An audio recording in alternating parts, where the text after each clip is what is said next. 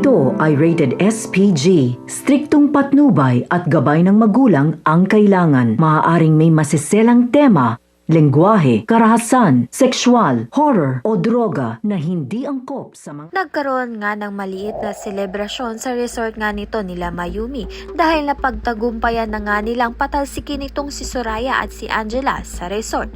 Ngunit nang magsasalo-salo na nga sa hapag, ito ngang si Ikit kasama nga ng mga kaibigan niya ay bigla naman ngang umalis ito ngang si Mayumi dahil nga ay may agad nga raw siyang pupuntahan. Nang dumating naman nga itong ninong ni Ikit ay hindi nga niya naabutan ito ngang si Mayumi. Ngunit pasasaan pat malalaman nga rin ni Mayumi at ni Ikit ang katotohanan sa pagkatao nga nila. Sa kabilang banda naman nga matindi nga pagsiselos na nararamdaman nga ni Matthew dito nga kay Ikit dahil nga mas pinapansin na nga ni Ikit ito ngang si Drew dahil nga ay binasted nga siya nito ni Ikit. Ngunit ginagamit nga ni Pia ang pagkakataon upang landiin nga itong si Matthew at siraan nga itong si Ikit sa kanya. Sa kabilang banda naman nga hindi pa nga natatapos ang pagsasabi nga ng katotohanan ng ninong nga nito ni Ikit dahil sa pamamagitan nga ng video chat ay itong ang si Mayumi ay nakilala nga itong ninong ni Ikit na matalik na kaibigan nga ni Gani.